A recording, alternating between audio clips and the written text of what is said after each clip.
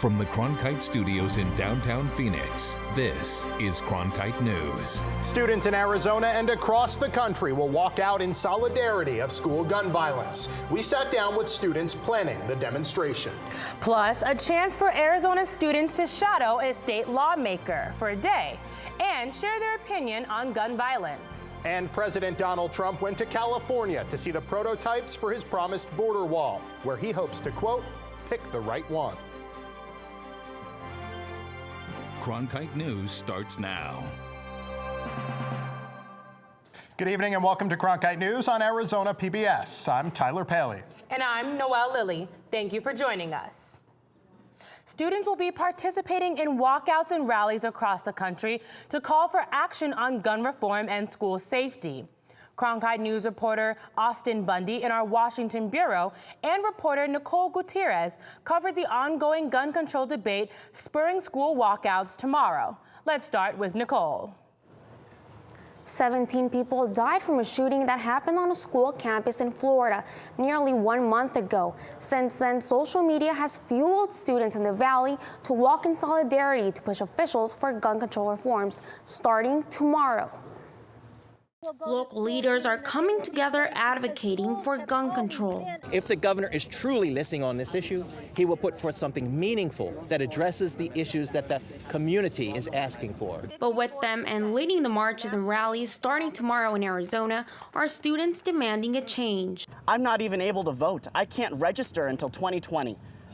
I'm standing here because I want my life to matter. I don't want to fear being killed in school. Jordan Harb is 17 years old and goes to Mountain View High School. He's advocating for stronger gun reform policies because of the lack of mental care. Mountain View is much more funded than other schools here in Arizona. And if I can't even get mental care and I go to one of the better schools, I can only imagine what it's like to go to one of the less funded schools. Harb says the movement that may have started on social media will come alive tomorrow at the state capitol. Come join us at the Capitol building at 11 o'clock, in which we'll be meeting with our legislators all day, whether they want to or not. We will be there and we will make sure that they speak with us. Joining Jordan Harb is Jacob Martinez. Martinez is 16, attends Dobson High School, and is a Republican. And I'm not saying that I'm against the Second Amendment, absolutely not. But I believe that to prevent tragedies, we need common sense gun reform. At 14, Martinez became active in politics, and now more than ever, he says it's time to take a stand. We need sensible gun action. That doesn't mean taking away people's guns, but it means putting forth, laws and reform to make sure that we prevent another tragedy like this from happening. Although social media has gained momentum for upcoming events, there's also been backlash. To see the backlash and the hit back from Republicans has just been absolutely ridiculous. I've had people cussing me out because of it. Someone compared me to Nicholas Cruz because of my stance. Despite backlash or lack of support, both teenagers state they're hopeful for a positive outcome from the student-built movement. Harb says he hopes this movement can be a beacon of hope for those who are suffering from depression or are scared to be in schools. Meanwhile, in the nation's capital, another dramatic demonstration is stirring the gun violence debate. Austin Bundy is tracking the details. 7,000 pairs of shoes were laid out on the East Capitol lawn today, a memorial to American youth who lost their lives from gun violence. Campaign director for Avaz, the group responsible for the display, Nell Greenberg, said the shoes were to give Congress perspective on youth gun deaths since the Sandy Hook shooting in 2012, and to tell them to do more to help parents and protect their children. We spend so much time as parents trying to keep our kids safe, and there's a lot we can't control, but passing common sense gun laws that will save their lives, that will keep our kids safe, we can do that in this country. So far, Congress has not acted, but it's not from a lack of proposals. Senator Jeff Flake is co-sponsoring a bill that would raise the minimum age to buy a gun from 18 to 21. And the White House revealed its plan Sunday to harden schools by giving guns to qualified teachers and faculty across the country. All 7,000 pairs of shoes were donated to the group for this display over the past 2 weeks, with 200 of them coming from Arizona. Some came with notes of encouragement from supporters and celebrities.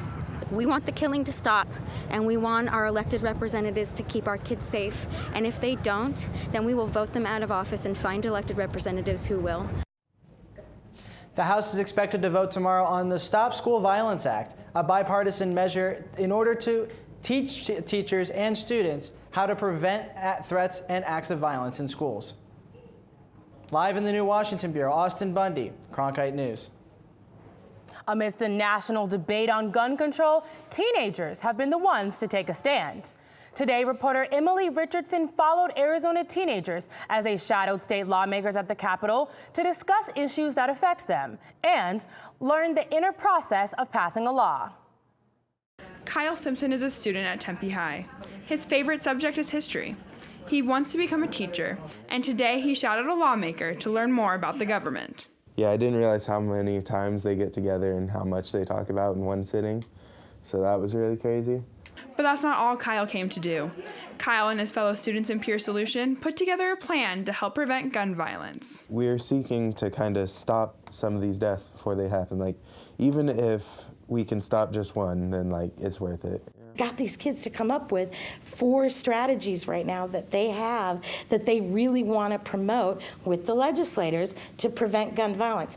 They decided this issue was important to bring to Arizona lawmakers after seeing the aftermath of the Parkland shooting. Even when they heard the Parkland kids talking, they said, well, that's what we've been doing forever, like that's what we do. And I said, yeah, and you see it works. Kyle was assigned to Senator Juan Mendez, who believes events like this are important in helping progress our government. I feel like we have the problem of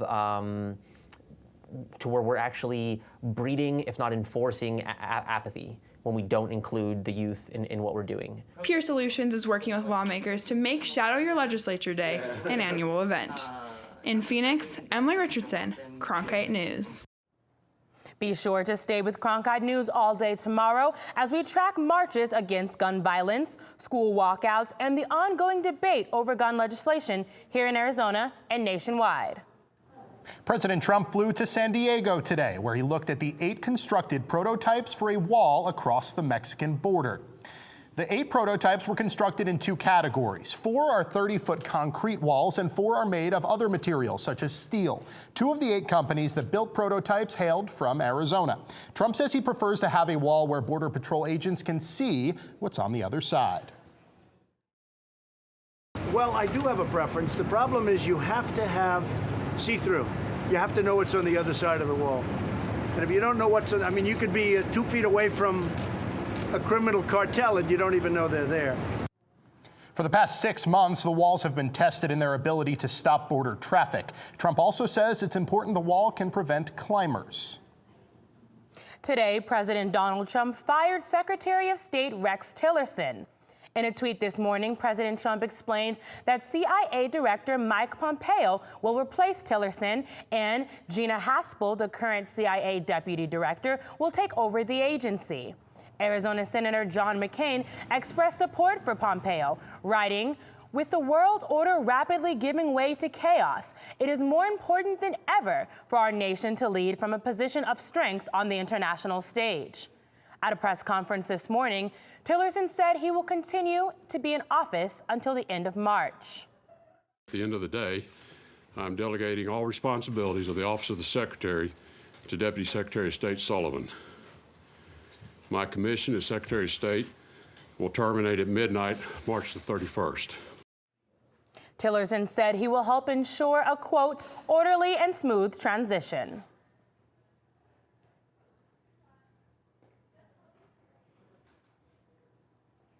Well, a proposed bill that would require patients to disclose why they're seeking an abortion to their doctor. Coming up on Cronkite News, why Planned Parenthood is saying this bill could harm Arizona women.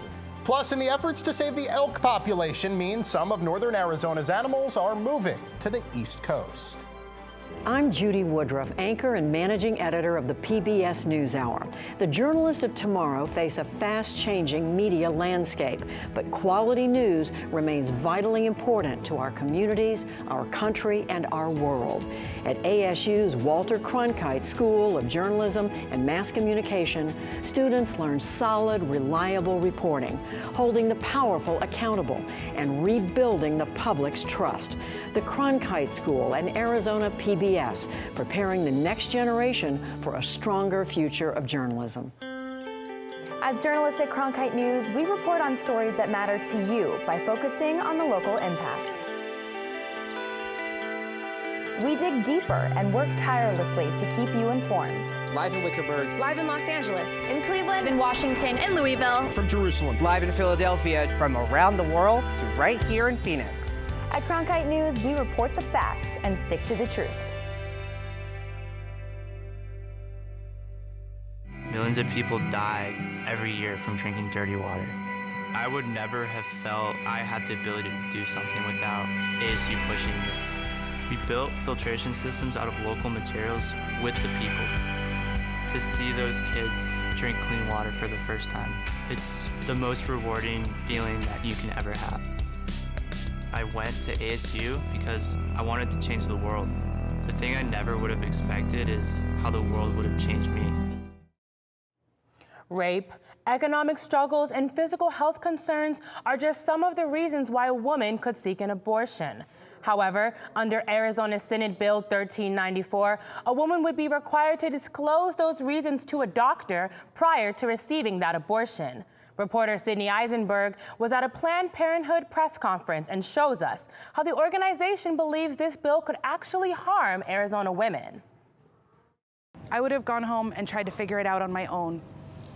I would not have stopped until I was no longer pregnant. Serena Knierim received an abortion from Planned Parenthood. Her reason for the abortion? She says it's none of your business. However, under Arizona Senate Bill 1394, doctors would be required to ask women their reason for their abortion. The questions pretty much put the government between you and your doctor and ask really invasive questions about the reasons of why you're seeking the abortion care procedure you've already decided on. According to the bill, some of the reasons for an abortion would include economic reasons, relationship issues, if the pregnancy was a result of rape or incest, or if the woman does not want children at this time. Under the list of reasons, the woman could refuse to answer. However, Knierim says this could cause women to distrust their doctor. The right to refuse, is coupled with its own agenda. But Kathy Herod from the Center for Arizona Policy thinks this bill will make it easier to acquire data about abortions in our state. We spoke to her about the bill last month. So it's simply trying to define better why women are having an abortion, exactly what complications may be occurring from abortions, and that will enable, regardless where you are on the issue of abortion, but policymakers, healthcare professionals, pro-life and pro-choice people to better meet the needs of women. Knierim is worried about what this bill could do for Arizona women. If she was asked for a reason, it could have had deadly consequences. Bills like this, when presented to scared people, they can really do a lot of harm. I don't know that I would be alive today. I would have walked out, gone home, tried to research, and possibly harmed myself because I was not going to be pregnant for a second time. In Phoenix, Sydney Eisenberg, Cronkite News.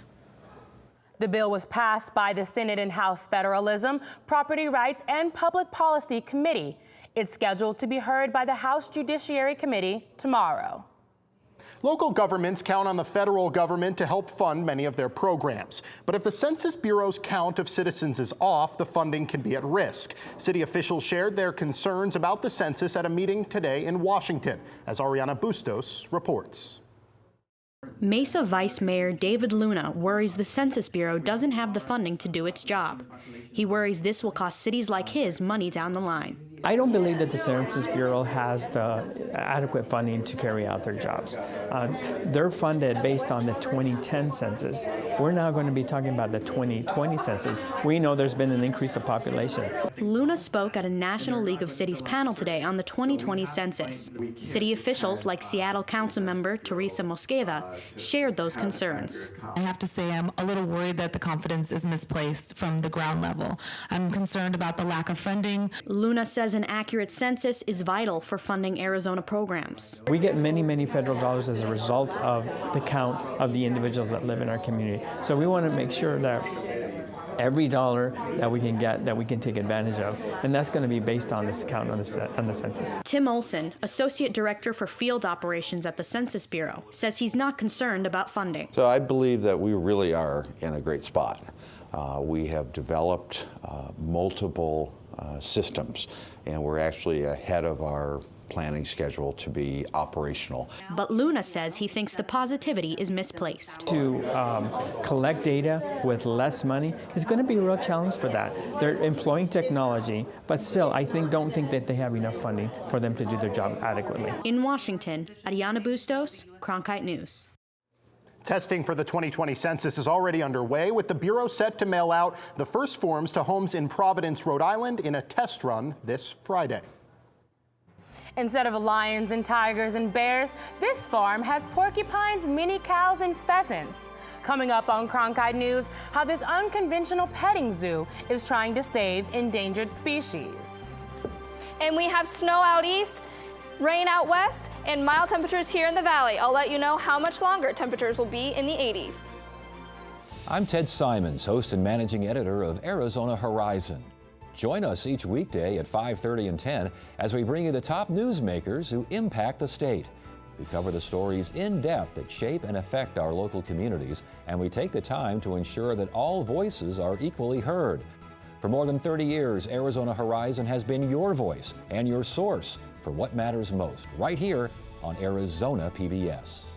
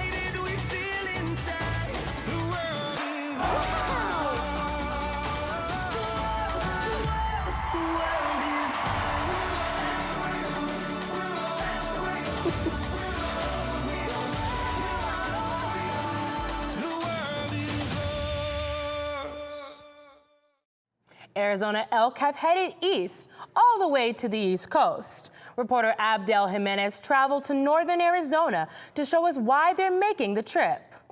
One by one, state workers used a helicopter to pluck elk from an open field and move them to a holding tent near Flagstaff.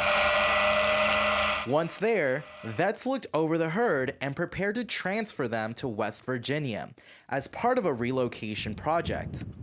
Elk were once native to West Virginia, but became extinct after the Civil War. Now officials turned to Arizona to reestablish their elk population. We knew that Arizona had a pretty much a disease-free herd, a healthy herd. They did not have chronic wasting disease, which is a big concern. West Virginia project leader Randy Kelly says the team hopes to establish a herd of about 2,800 elk. West Virginia is so excited to be receiving elk. That's a state that hasn't had elk in a long, long time. Shepard lives in the area where the state kept the animals for a little over a month. The elk were kept at Raymond Wildlife Area, where they were fed and checked for diseases right before heading out to West Virginia. Kelly says reestablishing the elk population will add to the state's economy, mostly through hunting. We expect somewhere between $6 to $12 million of economic input just from tourism to our communities. Several nonprofit organizations paid for the relocation effort. Back in 1913, Arizona also received elk from Yellowstone to reestablish its own population, which has grown to more than 40,000 elk today. In Flagstaff, Abdel Jimenez, Cronkite News. The elk traveled on a livestock trailer and arrived safely in West Virginia last weekend and are now roaming freely. Have you ever wanted to pet an African porcupine or cuddle with some brush-tailed beddings? Reporter Olivia Richard visited one Tucson petting zoo where children and families are getting up close and personal with some endangered species. Hi. My parents run the place. We have so many animals. We actually have more than 150. We counted them once. At first glance, Funnyfoot Farm might seem like just another petting zoo. But there's a lot more hay to this farm than meets the eye. So we're striving here to be a little different and be more of an educational place for kids of all ages. The tiny farm is fighting to keep some rare and endangered animals off the extinction list. We have a brush-tailed batong.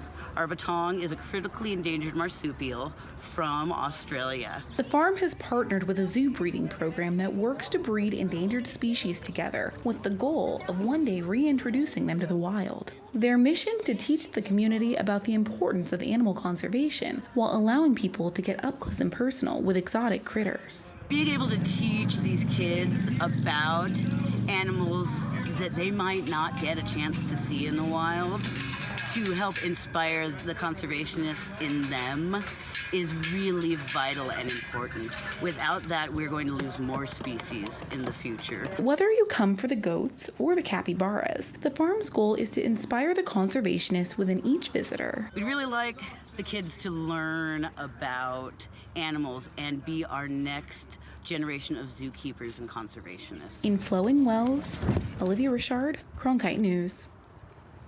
In addition to working with endangered species, the farm is also home to the largest population of touchable capybaras in captivity. The zoo is also expecting to welcome a baby kangaroo this summer.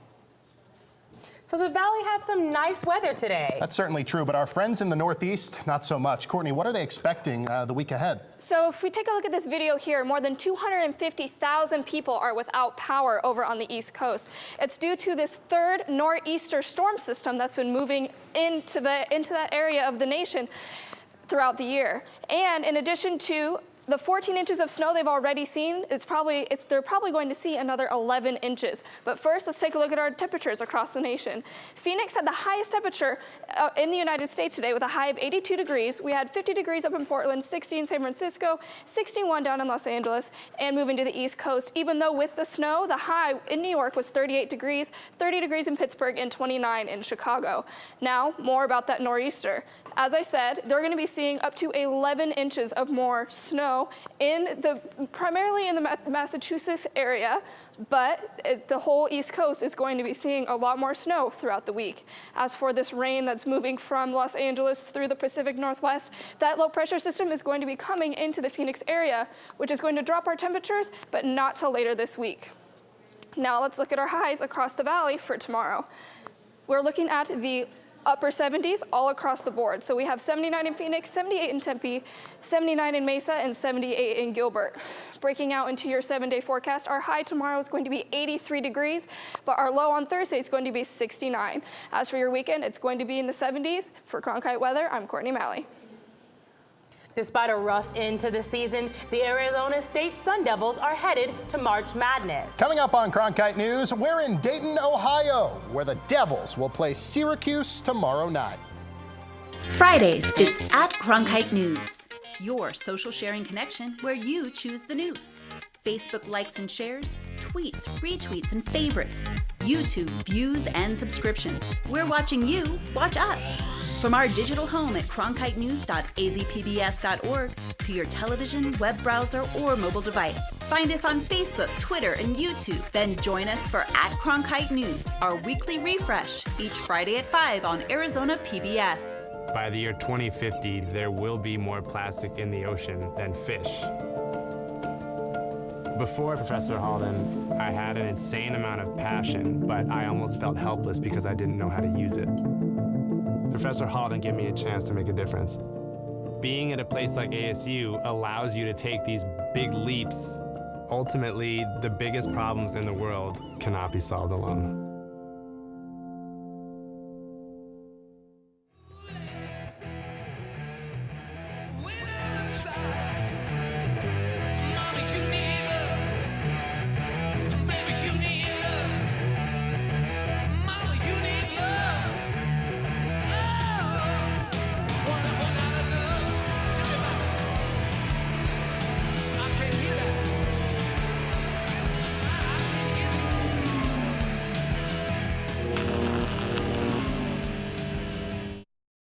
Fresh off the NCAA tournament bubble, the ASU men's basketball team is in Dayton, Ohio for their first 4 matchup with Syracuse. Cronkite News reporter Chancellor Johnson is with the team.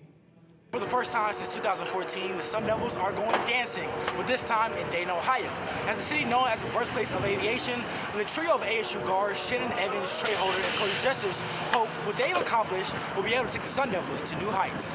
To be able to share this moment with these guys, my teammates, the coaches and all that, it's great to be able to go out there and keep competing because it's, like you said, we're seniors, so just be able to put this team back on the map, put the team on our back and all that, it's exciting.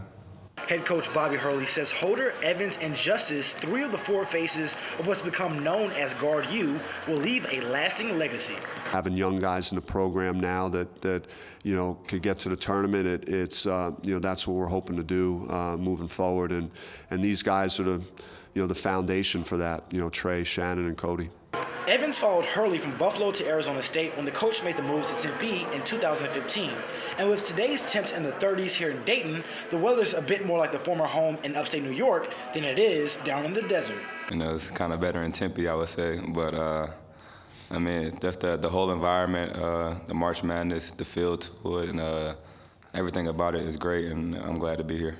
The seniors, who combined for over half of ASU's points, will look to extend their season and keep the band together for at least one more game as they take on the Syracuse Orange right here tomorrow at UD Arena. In Dayton, Chancellor Johnson, Cronkite News. That's it for Cronkite News tonight. Thanks for joining us. For top Arizona stories anytime, go to cronkitenews.azpbs.org.